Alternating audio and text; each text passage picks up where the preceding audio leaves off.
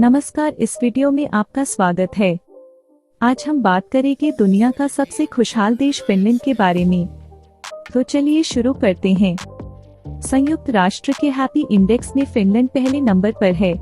यहाँ बहुत सी बातें ऐसी हैं जिससे जाहिर होता है कि यहाँ के लोग दुनिया के सबसे खुश लोग हैं। आइए जानते हैं क्यों इस देश के लोग इतने खुश हैं।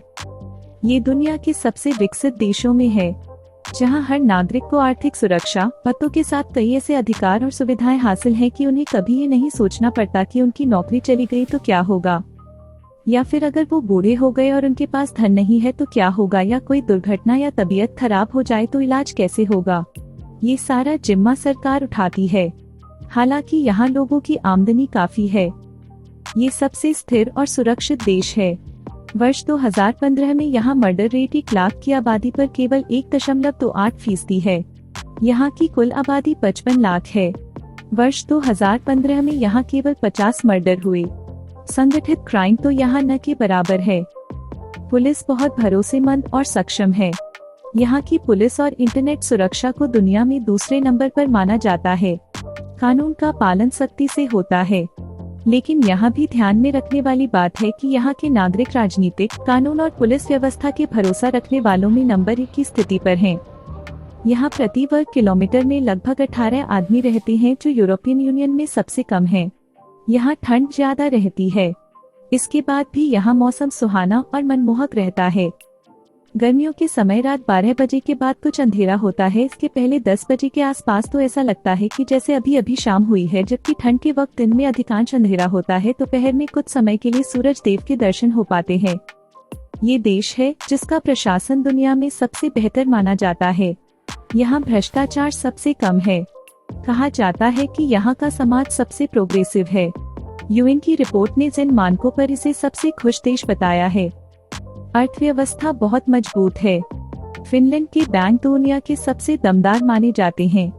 हालांकि यहाँ की जीडीपी कम है। ये दुनिया का अकेला देश होगा जहाँ कोई बेघर नहीं है। हैप्पी इंडेक्स में अप्रवासियों की खुशी को मानक रखा गया है। उसमें भी फिनलैंड सबसे ऊपर है। वर्ष 2015 के बाद यहाँ कई देशों के शरणार्थी पहुँचे। वो सभी यहाँ खुश हैं। 55 लाख के इस देश में शरणार्थियों की संख्या 3 लाख के आसपास है। शरणार्थियों को भी बहुत कम दरों पर किराए का मकान उपलब्ध कराया जाता है। यहाँ के लोग सबसे मुक्त माहौल में रहते हैं और चुनाव काफी साफ सुथरे ढंग से होते हैं। यहाँ लोगों को सबसे ज्यादा व्यक्तिगत और अभिव्यक्ति की आजादी है। यहाँ प्रेस को भी पूरी आजादी हासिल है। मानव अधिकारों की रक्षा की जाती है। अनुसंधान और प्रशिक्षण पर भरी खर्च करने के कारण फिनलैंड विश्व का सबसे ज्यादा योग्य प्रतिभाएं को तैयार करने वाला देश बन चुका है, और इसीलिए इसकी समृद्धि भी शिखर पर पहुंचकर इसे तीसरे स्थान पर ले आई है। यहाँ के लोग अपने जीवन से संतुष्ट हैं। उन्हें अपने रहने की जगहों से कोई शिकायत नहीं है। हालांकि यहाँ रहने की जगहें काफी स्पेस वाली और आरामदायक हैं।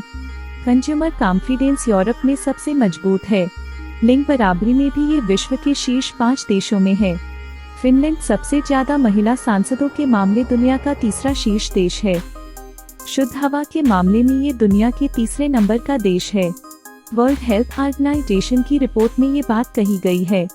वहीं पानी के मामले में दुनिया में बेहतरीन स्थिति में है। यहाँ कुल 1,87,888 झीलें हैं, जिसके कारण इसे झीलों का देश भी कहते हैं। वहीं यहाँ काफी बड़ी मात्रा में जंगल हैं। यहाँ की शिक्षा व्यवस्था की मिसालें पूरी दुनिया में दी जाती हैं। ग्लोबल कॉम्पिटिटिव रिपोर्ट 2016-17 के अनुसार ये दुनिया सबसे उम्दा है, जबकि उच्च शिक्षा का स्तर दुनिया में तीसरे नंबर का है। ये दुनिया के सबसे साक्षर देशों में भी है। यूरोप में दूसरे नंबर पर सबसे ज्यादा लोग यहाँ की लाइब्रेरियों का इस्तेमाल करते हैं। बिजनेस करने के मामले में ये यूरोप का तीसरे नंबर का बेहतरीन देश है। यहाँ बिजनेस ग्रोथ का माहौल में यूरोप में तीसरे नंबर पर बेस्ट है। Global clean tech innovation index कहता है कि क्लीन तकनीक इस्तेमाल करने में दुनिया का दूसरे नंबर का बेहतरीन देश है। फिनलैंड यूं तो कई मायने में खास है, लेकिन दिलचस्प है कि वहाँ ट्रैफिक चालान लोगों की तनख्वाह के हिसाब से काटे जाते हैं। हालांकि इस कानून ने पुलिस वालों को खूब तंग किया, क्योंकि लोग अपनी कमाई हमेशा कम बताया करते थे। कई सदियों तक फिनलैंड राजशाही के तले रहा, लेकिन 19वीं सदी में रूस ने उस पर कब्जा कर लिया। लेकिन 1900 के शुरुआती वर्षों में ही फिनलैंड के लोगों ने आज़ादी हासिल कर ली। लेकिन यहाँ स्वीडिश संस्कृति की पूरी छाप है। उसकी वजह ये भी है कि ये कभी स्वीडन का ही हिस्सा था। यहाँ की 2 आधिकारिक भाषाओं में एक स्वीडिश है और दूसरी फिनिश। दूसरे विश्व युद्ध से पहले ये एक कृषि प्रधान देश था, लेकिन 50 के दशक में यहाँ आमूलचूल बदलाव हुआ। बड़ी इंडस्ट्रीज लगी और बड़े बाजार का आगाज हुआ, जिसके बाद ये दुनिया की सबसे बड़ी इकोनॉमी में एक बन गई। IMF उसे दुनिया का सबसे बेस्ट देश मानता है। फिनलैंड उन देशों में है जहाँ जन्म दर सबसे कम है, लेकिन यहाँ खुदकुशी भी काफी बड़ी संख्या में होती है। ये पाया गया कि समृद्धि और खुशहाली के बाद भी यहाँ के लोगों में काफी अवसाद है। यहाँ के लोग बड़े पैमाने पर ड्रिंकिंग करते हैं। फिनलैंड अपने मौसम और लाइफस्टाइल की वजह से काफी मशहूर है। यहाँ दिन के मुकाबले रात ज्यादा होती है। यह देश काफी ठंडा है, इसलिए गर्मियों में घूमने के लिए ये जगह सबसे बेस्ट मानी जाती है। यहाँ आकर आप गर्मी जैसी चीज भूल ही जाएंगे। अगर आप अपने पार्टनर के साथ यहाँ हनीमून मनाना चाहते हैं, तो चलिए आपको यहाँ की अन्य खूबसूरत जगहों के बारे में बताते हैं। जो कपल सिर्फ नॉर्दर्न लाइट्स देखने के लिए फिनलैंड में हनीमून बनाने का प्लान बना रहे हैं, तो आप एक अच्छे अनुभव के लिए सारिसेल्का जा सकते हैं। बर्फ से ढकी जगह है जहाँ कई हाइकिंग ट्रेल्स और स्की रिजॉर्ट मौजूद हैं। सारिसेल्का उत्तरी फिनलैंड के केंद्र में स्थित हनीमून मनाने वालों के लिए एक आदर्श स्थान है। प्रसिद्ध हस्की स्लेज राइड से लेकर अरोरा बोरेलिस के नाटकीय प्रदर्शन को देखने तक सारिसेल्का आपको 1 मिनट के लिए भी बोर नहीं होने देगी। उर्हो Kekkonen national park, लेकिनारी, लुओस्टो, कीलोपा, reindeer farm, यलास आदि यहाँ के प्रमुख आकर्षण हैं। यहाँ घूमने का खर्चा प्रति व्यक्ति एक दिन का 19,650 रुपए के आसपास आ सकता है। हेलसिंकी फिनलैंड की राजधानी है, जो अपने शानदार तटों और खाड़ी के लिए मशहूर है। आप इस शहर में कई दर्शनीय स्थल, द्वीपों, संगीत, कला, स्ट्रीट फूड, पब, अंगूर के बाग, संस्कृति आदि का मेलजोल देख सकते हैं। इस शहर को बाल्टिक की बेटी के रूप में भी जाना जाता है और इसकी स्थापना 15वीं शताब्दी में हुई थी। आज यह एक अंतर्राष्ट्रीय महानगरीय शहर है, जिसे अक्सर विदेशी पर्यटकों द्वारा देखा जाता है। इस शहर की यात्रा के लिए गर्मी का समय सबसे अच्छा है। सुमेनलिन्ना किला, लिन्नानमाकी, सिबेलियस स्मारक, फिनलैंडिया हॉल, डिजाइन संग्रहालय आदि यहाँ के प्रमुख आकर्षण हैं।